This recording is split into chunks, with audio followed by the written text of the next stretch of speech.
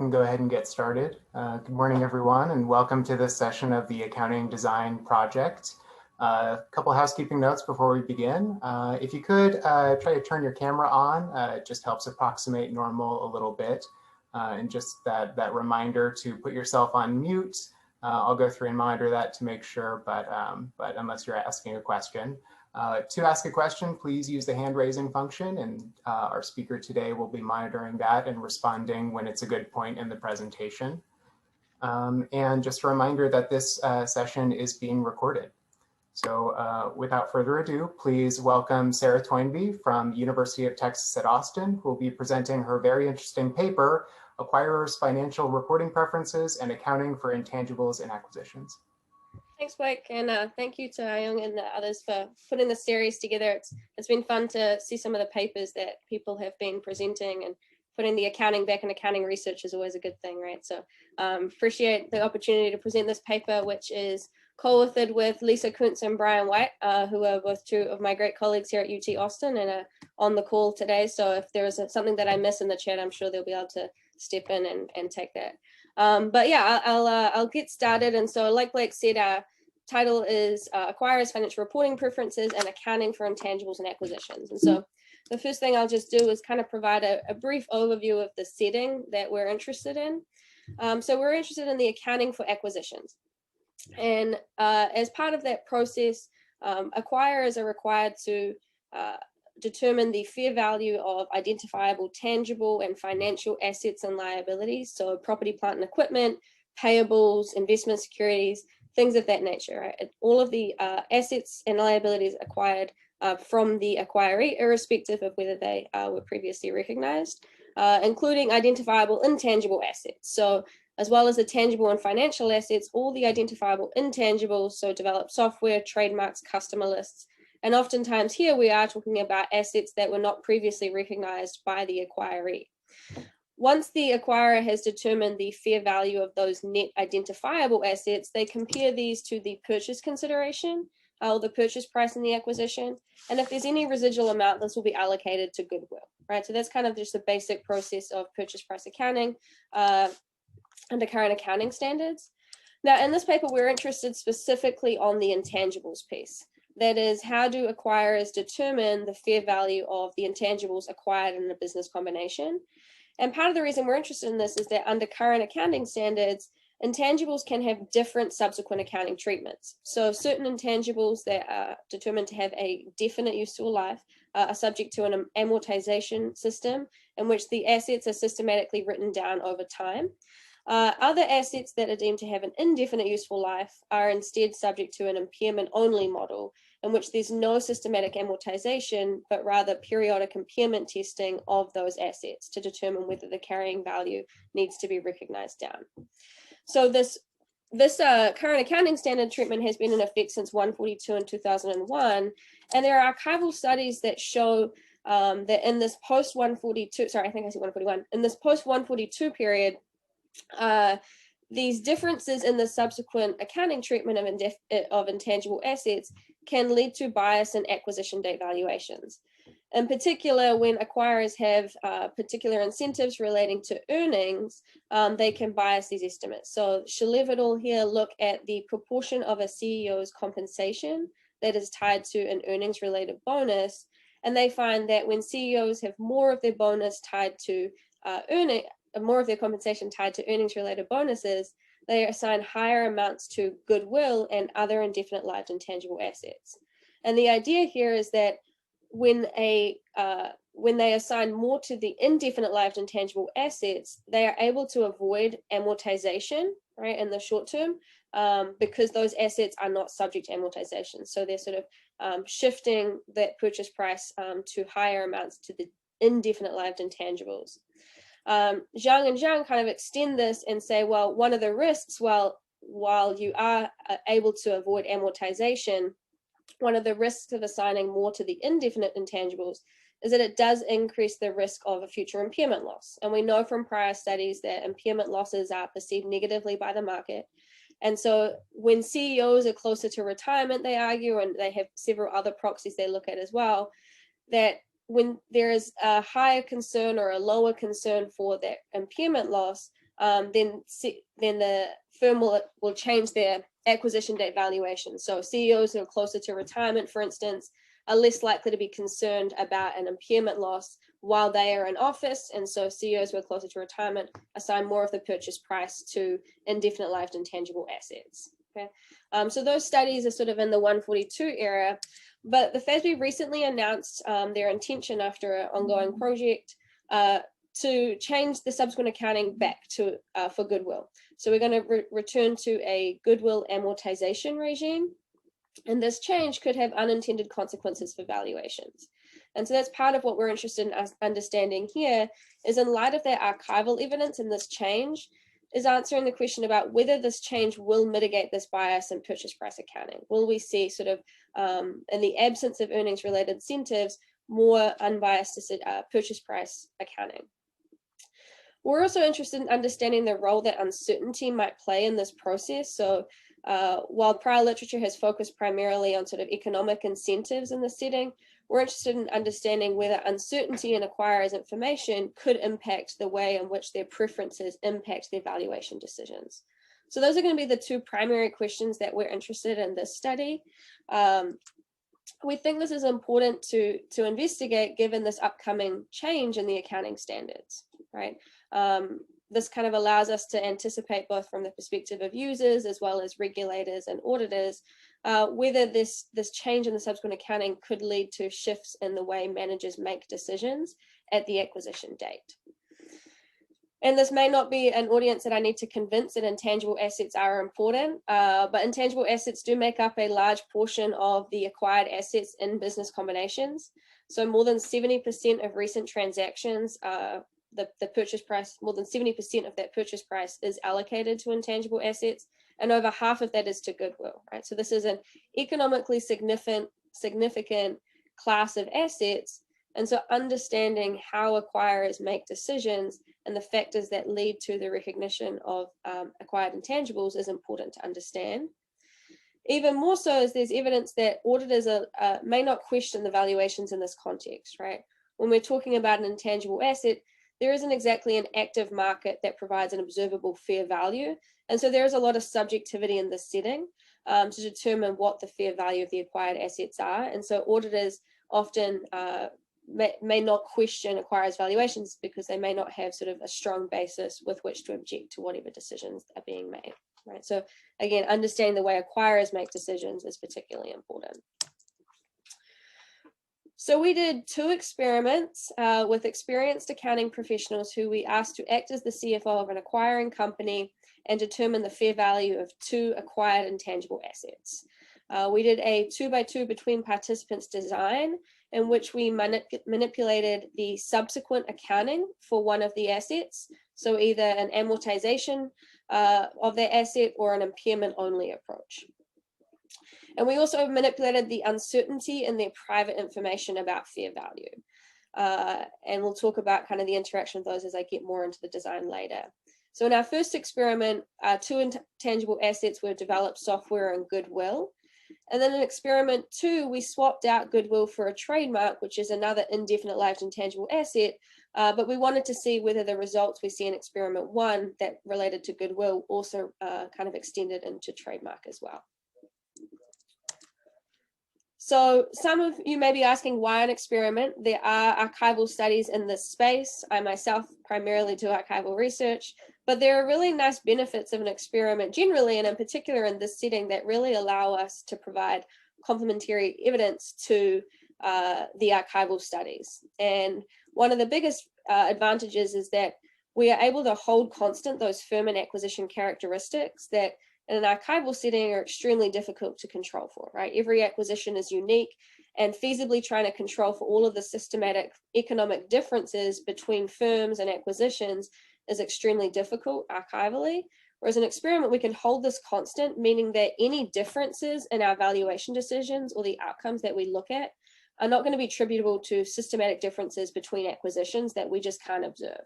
And so we can really focus on the things that we care about and ignore sort of the real world confounds. And in particular, the things that we care about here, as I mentioned earlier, kind of the ways in which preparers' financial reporting preferences may impact valuation decisions, as well as the role of uncertainty. Okay. Another really interesting benefit of the experiment here is that rather than just sort of observing the outcome, we can also ask participants what factors they consider in their valuation decisions, which really allows us to get better at the process by which they make their decisions and what kinds of things they consider, rather than simply making inferences based on those outcomes. Blake, you have a question? Yeah, so it's a question about kind of the method that you go about so for the goal of learning about what managers' preferences are, another route could have been to use a survey to ask them, given the choice, what are the factors that affect, your preference for goodwill versus another intangible. So I guess you could have done that. Is the thought that maybe these are preferences that they would not be aware of themselves, or that they might be hesitant to share? What was sort of the thought process there? I think we wanted to see specifically what the difference in subsequent accounting would do, right? And so just asking a survey wouldn't necessarily get straight at that. You raise a good point, and we had actually thought about at one point doing a follow-up survey to kind of ask a little bit more about these preferences. But I think, if we were to provide them with a survey in which we said, hey, would the subsequent accounting impact your decision, they may be less forthcoming about that, if we were to sort of ask them that specifically in a survey. But I think one thing we've thought about a survey for in particular is trying to understand why these preferences exist. And so a survey, I think, would help us with that. Whether we would be able to get those same that same sort of, I don't want to say honesty, but that same sort of consciousness about the preferences, right, in a survey is sort of a little more unclear to me. Okay, I will move on. Christine looks like she's got a top point there, but I think that's just a nice comment we can look at later. I don't think there's a question there, so I'll continue. So the theory that we're going to draw on here is called elastic justification. This elastic justification theory, the basic idea is that decision makers are more likely to consider irrelevant factors when there is greater uncertainty in the relevant factors. And so here it's important just to clarify what we mean by relevant and irrelevant, because relevant for a lot of us as accountants has a meaning tied to the conceptual framework, right? And that isn't what we mean in this context of the theory. Rather, in the context of the theory, it's actually a normative perspective, right? So from the perspective of an unbiased decision maker, or with the objective of an unbiased decision, relevant factors are the things that the decision maker should consider, right? So they're normatively relevant. So this has a different meaning than in the conceptual framework. In contrast, irrelevant factors are things that the decision maker should not consider. So again, from a normative perspective, even though they may be tempted to do so, right? And so when I talk about this theory, it's kind of nice to do so in the context of an example before we apply it to our specific context. So let's say we've got a salesperson deciding whether to go to city A or city B. Now, we would say here that the objective would be to choose a city that allows them to maximize potential sales, right? That would be sort of the unbiased decision that they are being set up to make.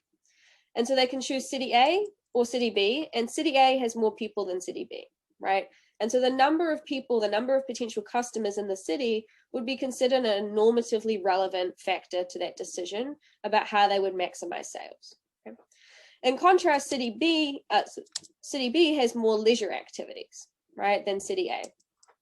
And so while the number of leisure activities in each city would be tempting for the salesperson to consider when they're trying to make the decision, they are normatively irrelevant to how they're going to maximize sales in each particular city, right? And so the general prediction of elastic justification here is that when there is greater uncertainty in these relevant factors, so the number of potential customers in each city, the decision maker is more likely to feel justified considering those irrelevant factors, right? So relying on the fact that city B is preferable because there are more leisure activities, right? So applied to our context, the relevant factor here is going to be acquirers' private information about the fair value of intangibles. And so to the extent they're trying to determine an unbiased fair value of the acquired assets, right, then any private information they may have about that fair value would be relevant to the decision at hand. In contrast, the financial reporting outcome, so whether the asset is going to be amortized or subject to impairment only, is irrelevant to what the value of that asset is today at day zero, right? So those day one, day two financial reporting consequences are going to be irrelevant to day zero. More generally, any preferences they have over what the financial reports look like is irrelevant to what the fair value of that asset looks like. Okay, so our general prediction from this theory is then going to be when there's greater uncertainty in acquirers' private information, they're more likely to factor in their preferences over reporting outcomes into their valuation decisions. So in our first experiment, as I mentioned earlier, we asked participants to act as the CFO of a tech firm acquiring a smaller software company, and the purchase price is 150 million total. We tell participants that 100 million of this purchase price has already been allocated to net tangible assets, and their task is to complete the purchase price allocation or the acquisition accounting by determining the fair value of developed software. So the value X here, and then that 50 million minus that X, so that residual amount will be allocated to goodwill, right? So that's their basic task that we ask them to complete. We use a set of highly experienced participants, so we request participation from 300 randomly selected UT accounting grads with at least 10 years of experience. We get 89 responses for a 30% response rate. And what's really cool here is on average, our participants have 22 years of work experience, right? So we're talking about an extremely experienced subject pool here. And most of them have experience as acquirers or auditors. And so while we don't necessarily need them to have specific experience, what we really wanted is people that would understand the consequences of their decision, right? And so even though we didn't need them to have direct experience, we did find that about half of our participants had direct experience with assigning fair values in an acquisition. Okay. 2 by 2, we manipulated the uncertainty of acquirers' private information about fair values. So in the low uncertainty condition, the way in which we did this was by presenting them with information saying your private information about the fair value of the developed software suggests it's between 19 to 21 million. So it was a narrow range here. And in the high uncertainty condition, it was between 15 to 25 million, so a wider range. So sort of we operationalized here uncertainty by the range of estimated fair values for their private information. And so in both cases, we have the same expected value, and all that's different here is the width. Ayong, you have a question? Yeah, so this is a question about more kind of like what's actually happened in practice.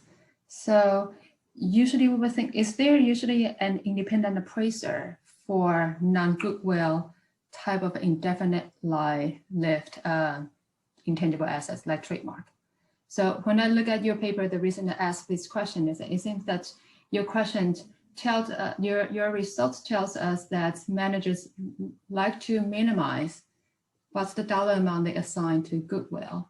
But I like to understand that what are the constraints that they are not able to do so. So potentially there's an independent appraiser who tell them there's a range for trademark, but somehow there's no appraiser for goodwill because goodwill is the residual amount. So the range will be too wide that managers pretty much can pick any number. Is that true statement or happened in practice or? So the appraisers, yeah. Appraisers, I think, let me try and answer the question, see if I get there or not. So the appraisers can often be used in practice. I think our understanding is that they're often hired, but they don't exactly come up with necessarily a single number themselves either, right? There's going to be sort of a reasonable range of estimations and they will provide a number, but I think there's probably a good reason to believe that there is some working with managers. And so when you say the constraint on goodwill, because of the fact that it is the residual, right, there is some constraint on the other assets as well, right? In this case, like they can't just put goodwill to 50 because then they would be not recognizing an asset that they're acquiring, right, in terms of the developed software. So we did tell participants that there was a valuation expert that came in and sort of came up with this range, and this is sort of something that we held constant across our conditions, just really the idea being that because of the subjectivity of all the various inputs, it's not uncommon to identify sort of a wide range of numbers at the initial date, right? And so the appraisers ultimately aren't the ones recognizing the value, right? That's going to be up to managers anyway, so they can provide input and probably provide a range, but within that range, managers still have to make the final decision. Does that answer your question? Yeah, so I think that's the broader question is that is the goal of the study is to try to document that managers has this bias and that somehow it can misallocate certain numbers between two intangible asset classes that should left study, or is actually you are able to draw a conclusion on what will be the truth, what will be an unbiased allocation. I think that is my bigger question. That's leaving aside any managerial subjective or objective kind of like biases or frictions.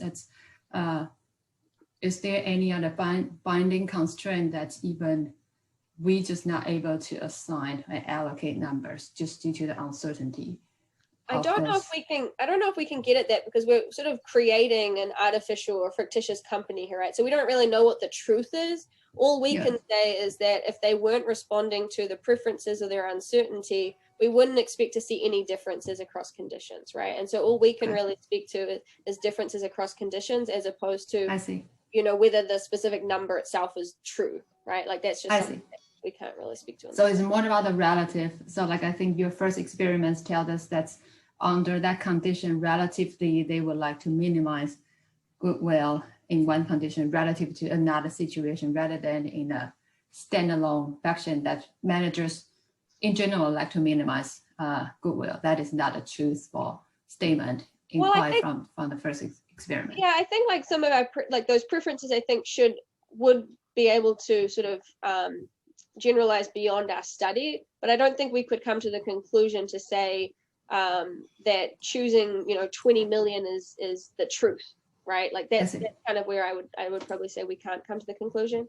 But this preference to minimize goodwill, I would say, would be something we could think of as generalizing beyond the study. Now the specific magnitude of that, no, right? Okay, thank you. That's helpful. Yeah. Joshua, Ronan? Yes. So to generalize a little bit of this, the uncertainty perceived by the subjects here is manipulated by the experimenter, right? Correct. And in reality, uncertainty can be viewed as a decision variable of the CFOs or the CEOs because they can pretend or believe that it's highly uncertainty or pretend it's uncertain. And as a result, the specification of the experiment is that auditors would go along with it. So do we have a condition of certainty in reality when uncertainty would give more discretion to the managers given the explanations in the experiment or the experimental manipulation? So, sorry, is your question, do we have a condition of pure certainty? Do we have a condition? In other words, what I'm saying is that the CEOs are free, because of information asymmetry, to decide what uncertainty they claim they have to the auditors. Oh, okay. I see what you're saying. Yeah, so just to clarify, in this setting, they do not have to communicate to the auditors what their private information suggests, right? And so this is sort of that information asymmetry that you were talking about that exists in reality also does exist in this setting, right? They don't have to provide their private information saying, when they're in the low uncertainty condition, that the auditors do not know, or the outside parties do not know that they had low uncertainty. Well, no, this is a little bit confusing to me because what I'm trying to say is that in reality, uncertainty is a decision variable of the CEO. It's not manipulated by some experimenter, right? So therefore, yes and no, right? Yes and no. There is a certain amount of inherent uncertainty that they cannot choose to. They can make choices to mitigate it, but there's probably some degree of uncertainty that is just inherent in the world, right? Well, to pretend that there is more uncertainty, if in fact auditors would go along with the uncertainty, that means that in fact, in the case of information asymmetry, if they're incentivized to do so, they will always be in a condition of presumed uncertainty. Is the condition of certainty realistic? Maybe to some degree, but to a very minimal degree, I would assume. Mm-hmm. Yeah, I think I would agree with that. That the condition of pure certainty is unlikely to be true, right? Yeah, I would agree with that. Sean, do you want me to read the question, or do you just want to? I can just speak quickly. Yeah. I think so. One question I had was, in your setting, you assume a constant value of 100 for net tangible assets, and I was wondering if you were taking that to mean that the decision to step up net tangible assets was lacking in discretion relative to the other two, or just how generally realistic that is.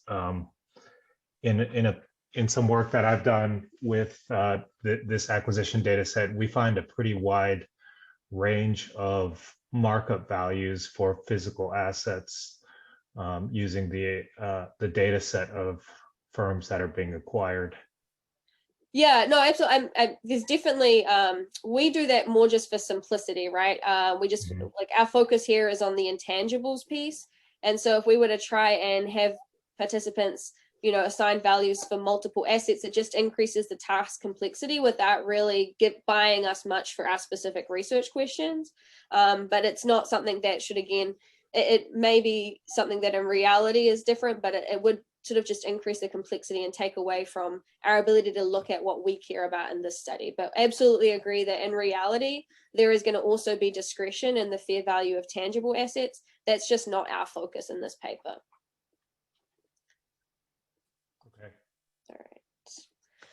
All right, thank you very much for the questions. And so because we have this sort of summing to 50 requirement for developed software and goodwill, when we tell them that the low uncertainty is between 19 to 21 million for the developed software, that obviously implies something about the range for goodwill as well. Our second manipulation is the accounting for goodwill, right? Where we have this amortized over 10 years in one set of conditions and tested annually for impairment in the other. We have a couple of things that we hold constant across all of the conditions. The first is that the developed software is always amortized over 10 years. So this makes situations in which the subsequent accounting is either the same or different between the two intangibles, right? And so one thing that's kind of important to point out here is that we're interested in understanding what acquirers' preferences over reporting outcomes are. And so we have this manipulation because it allows us to have conditions in which acquirers can act on those preferences, right? When the developed software and the goodwill are both amortized over 10 years, well, if acquirers have preferences pertaining to the income statement, they can't really do anything about it, right, in this condition, because both the developed software and the goodwill are subject to the same subsequent accounting treatment. In contrast, those preferences we expect to manifest when there is differences, those preferences relating to the income statement, we expect to manifest when there's differences in the subsequent accounting treatment. So when the goodwill is subject to impairment testing, right, that has a different accounting treatment than when the developed software is amortized over 10 years. And so we do create this incentive for higher earnings and tell participants that their bonus will be based partly on net income, which sort of matches some of the assumptions in the prior literature and reality about kind of just having a preference for higher earnings generally. The other thing that we hold constant, this kind of gets back to Joshua's point before, is that we do say that kind of uncertainty from an external perspective is held constant, right? So because of the subjectivity in the setting, we sort of said that any valuation, we tell all participants that any valuation of between 15 to 25 million for the developed software would be considered reasonable based on the various assumptions, right? And so what this does, it means that if acquirers are simply responding to the economic incentives, then their low uncertainty, right, should, in their private information, because this is just uncertainty in their own private information and it isn't communicated to outsiders, right, then they should be able to use that entire range of 15 to 25 million to meet their preferences. So if we see them sort of not use that entire width, that suggests that that low uncertainty is constraining their decision making. So looking to our results from experiment 1, we see, consistent with elastic justification, a significant interaction here. Particularly, we find that acquirers are more likely to consider the financial reporting preferences, so the irrelevant factor, when there's greater uncertainty in their private information, so the relevant factor. So we see the difference between the sort of blue and orange dots here on the right are greater than that difference on the left. What's also notable here, though, is that the private information, the low uncertainty conditions, we see no significant difference in those mean valuations to goodwill, suggesting that that low uncertainty in their private information really constrains them to not respond to their preferences, despite the fact that an external participant or external user would not question anything outside of that range. Joshua. Oh, I can't hear you. I think you're on mute. With regard to the impairment condition, you don't manipulate potential cost of impairment, such as through litigation. And the subjects are randomly selected, so I assume they have different opinions, but they're experienced, so they must perceive some penalty from potential litigation regarding untimely or untimely impairment. So is it the case that it would have been perhaps useful to see the effect of manipulated litigation penalties in the impairment condition?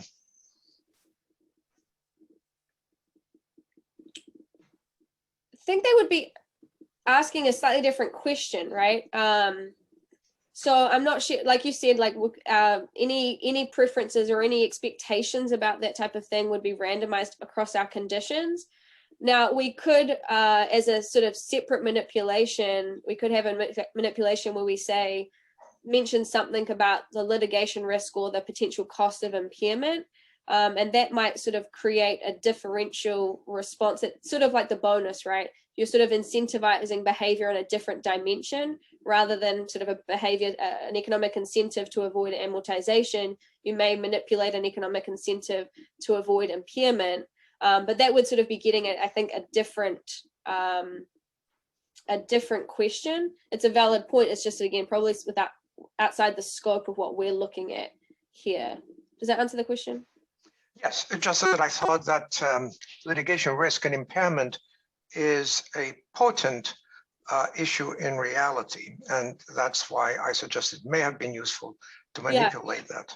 Okay. Yeah, we could definitely think about that, because when we get to some of the results in experiment 2, we do see that they do appear to have somewhat of a preference to avoid impairment generally anyway.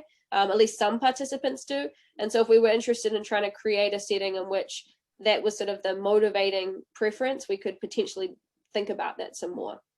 Thank you. I also wondered, why don't you use the same subjects for both experiments?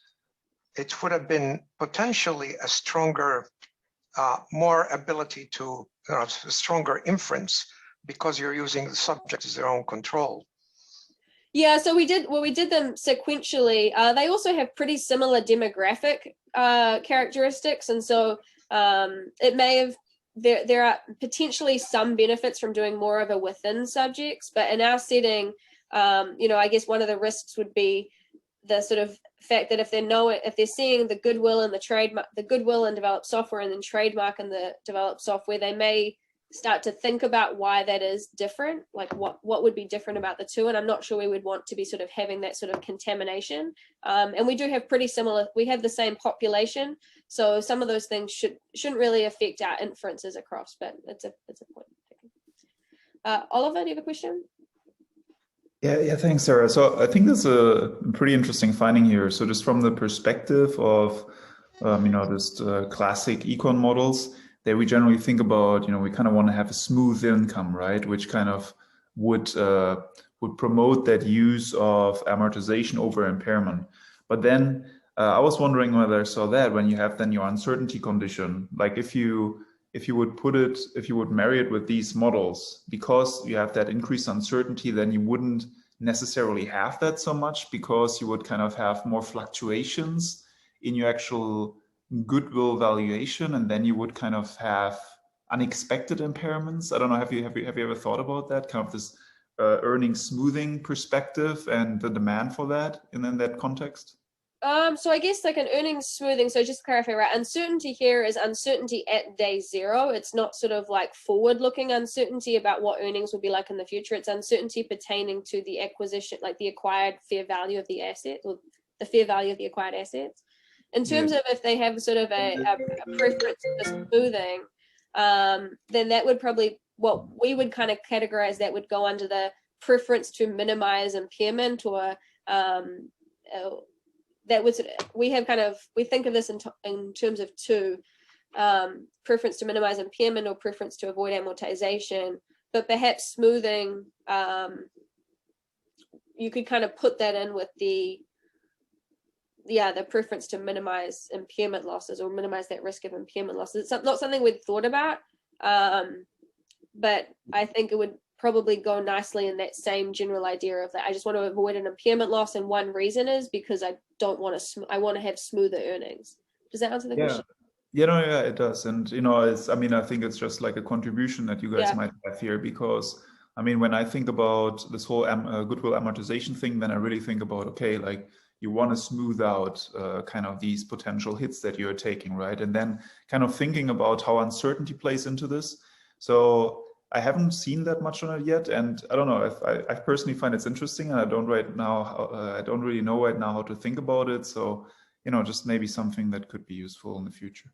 Yeah, I appreciate that. Yeah, Ayung, do you have a question as well? Yeah, I'm just curious, when you designed this experiment, why did you decide to actually tell participants goodwill develop software? The other way to actually ask questions will be, hey, there are two intangible assets, asset A and B, and then just have a different kind of like a future cash flow and the probability to actually deliver those future cash flow, and kind of like has some embedded uncertainty that you can test here, and also different subsequent accounting treatments.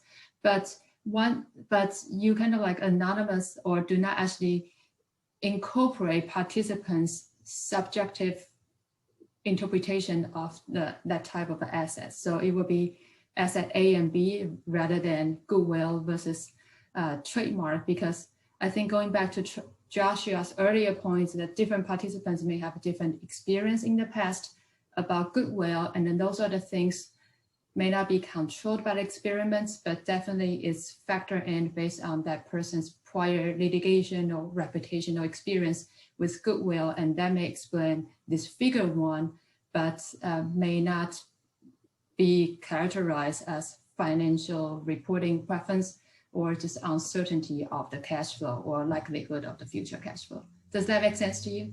That's when you ask participants goodwill, then they have a million other things about goodwill they have experienced in the past were embedded in their choice in your experiment. Yeah, so I think that's, we actually kind of want those preferences, right? Like those are kind of, that's why we have an experienced participant pool. Now, because we randomize across conditions, right? Those preferences aren't going, that's not like a threat to validity for us. In fact, those are the kinds of preferences about goodwill that we want them to be bringing to the experiment. I see. And because they'll be randomized across conditions, it's not going to explain differentially the people that have really negative perceptions are in this one condition, right? And everyone else really likes goodwill, because all of those preferences and prior experiences should be randomized across conditions. So a follow-up would be that the most interesting question is that potentially go back to, I know Brian responded in the chat box that potentially you don't have the freedom to go back to the participants, but we would like to know that why they view goodwill differently from trademark, because based on those two parameters you manipulate in the experiment, it doesn't seem to really explain why goodwill actually will be treated differently from trademark.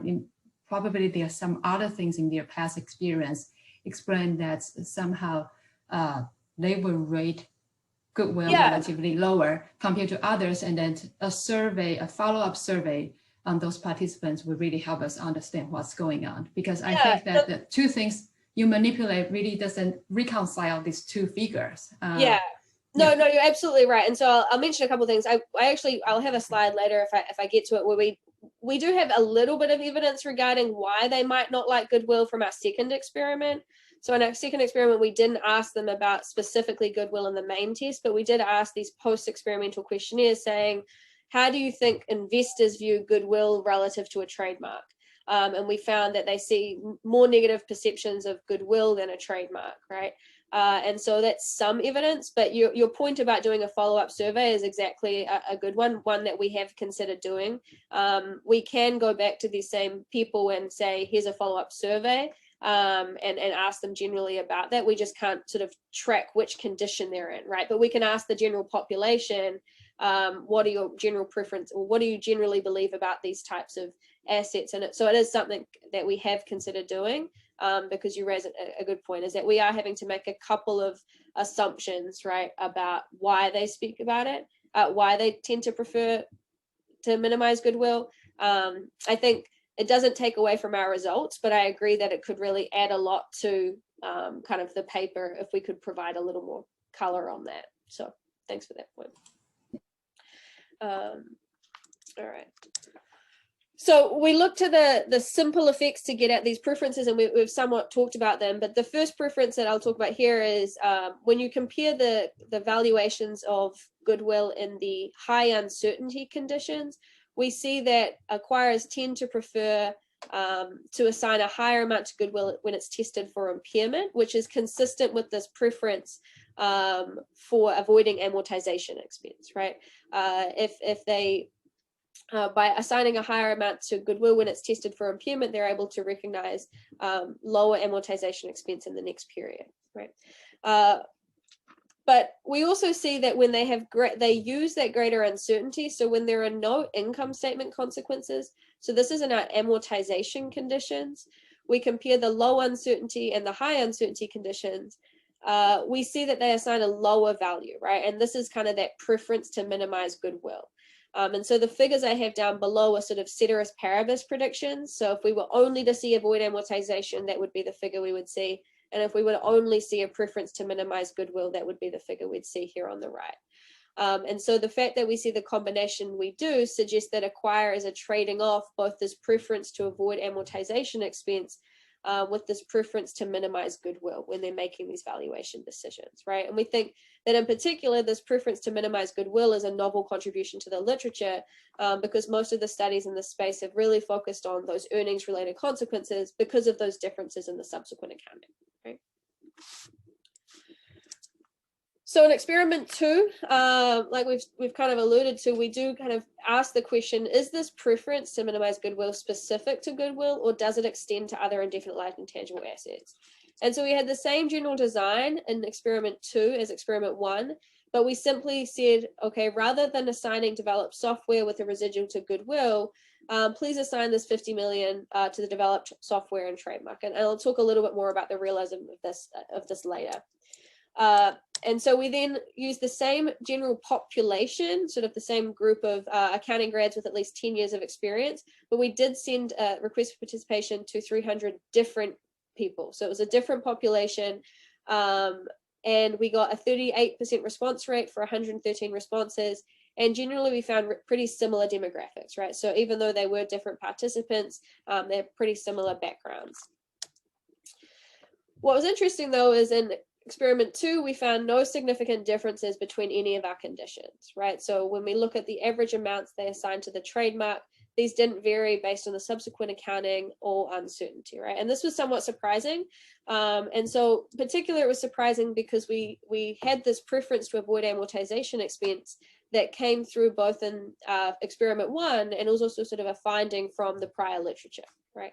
And so one of the reasons that we thought, well, they may not kind of act on this preference to avoid amortization expense relates to the point that Joshua made, and that was stated in the Zhang and Zhang paper, where by allocating too much, by allocating more to the trademark, you're simultaneously increasing the risk of an impairment loss, right? And if you're more susceptible, more conscious, or prefer to avoid impairment losses, then you actually may choose to use that uncertainty to justify assigning a lower value to the trademark, right? And so if we have participants here that are sort of mixed in their own preferences, right, then we see these two orange lines would sort of just collapse onto one another. And that's kind of consistent with what we find, at least on the on average valuations. Now, we use some written justifications to help us kind of validate this assumption or our interpretation of the results here. So we asked participants what factors they considered in the evaluation of intangibles. And this is, again, that example of why an experiment provides us with some really nice complementary evidence to the archival studies here, is we can really get at what were they actually thinking about when they made these decisions, right? So we categorize the responses based on sort of relevant or irrelevant factors. So range related factors. So what was their uncertainty? That would sort of be, they were considering the relevant factors in making their decision.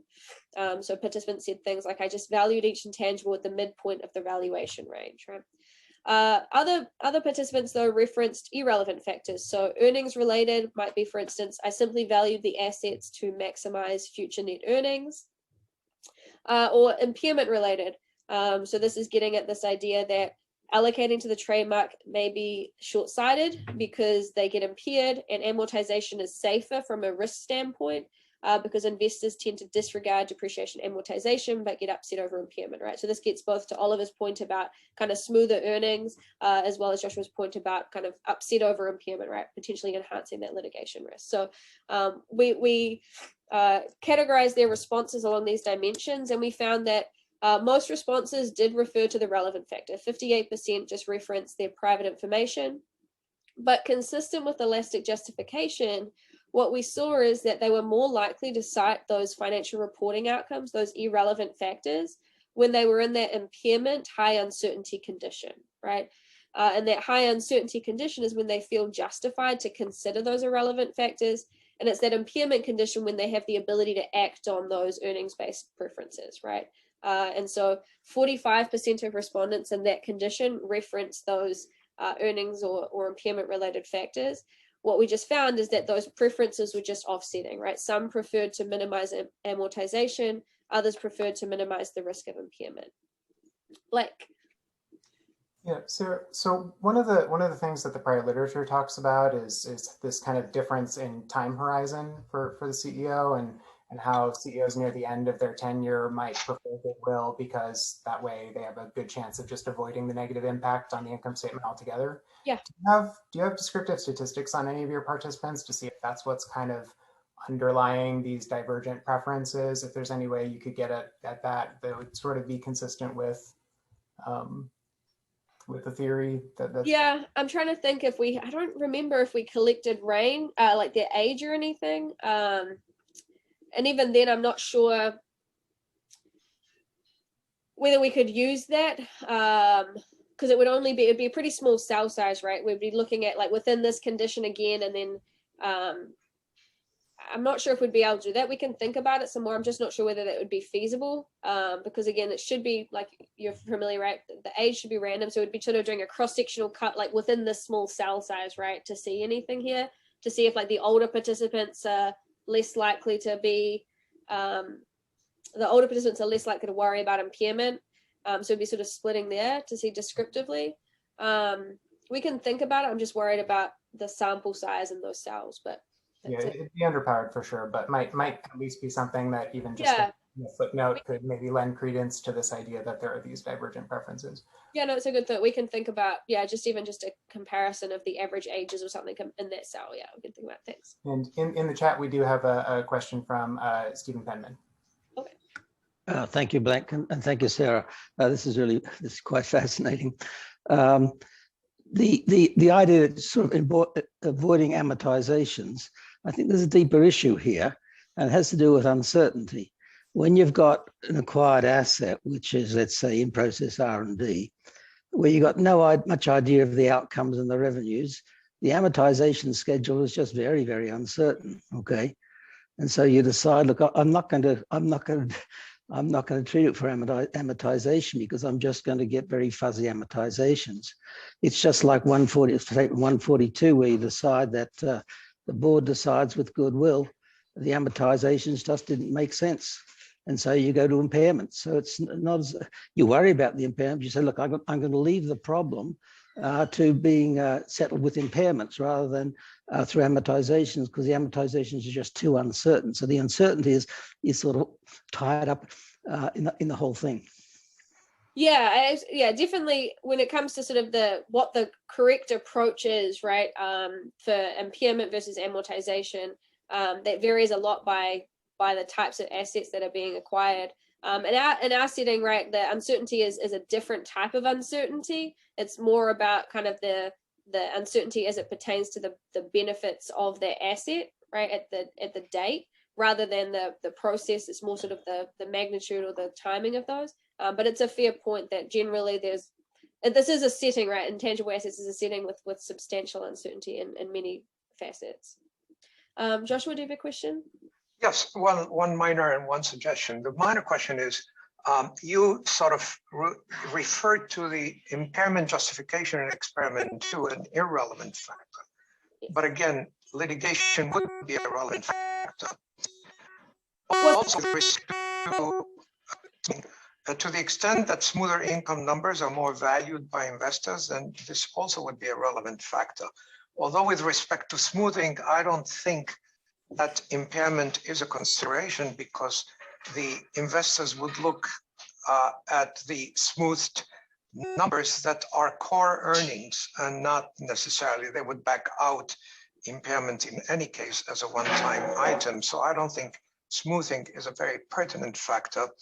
The suggestion is, to the extent that your subjects perceived goodwill to be less valued by outside investors, it may be worthwhile to follow up with an experiment using investors to see whether they relate to goodwill differently from other intangible assets such as trademarks, and try to get some insights as to why. Yeah, so I'll just clarify one thing on the first part of what you were saying there, is that again, the subsequent accounting, what a relevant factor isn't that it would be sort of it's something that they care about. It's more that they shouldn't care about the risk of impairment when determining the fair value at day zero, right? A standard set is that there's nothing in ASC 820, right, that specifies you should determine the fair value based on what the subsequent accounting is, right? That's sort of irrelevant to the decision. So while it's sort of just when we say relevant, we mean normatively relevant in the context of the theory. It's not to say that it isn't something that they might want to consider, but what you're thinking of, I think, is more what types of things drive their preferences, right? The types of things that they might care about in determining what their preferences are. And this kind of goes to Ayung's point about a follow-up survey here might really allow us to kind of get at some of the why. And so the point about litigation and what investors rely on would be something that I think a follow-up survey could allow us to get at. So yeah, appreciate the question. Christina? So there is a risk that impairments can be postponed. Okay, and it's not a curious thing to see a new CEO come into the company and then lots of impairments taking place, which were overdue, obviously. So, but if I am a manager and I have a high uncertainty scenario in front of me, I would prefer to be a bit risky about that and say, okay, I will go for the impairment. Hopefully I will avoid it before I leave the company. Okay, and then, but on the other hand, the amortization scenario is not very appealing to me because it will, take out from my earnings. So, it will reduce my bonus. So I would say, yeah, let's go for impairment. I mean, only because, there is some discretion upon the timing of the recognition of impairments. Of course, with some litigation risk going on as well there. Okay, if they get you, they get you.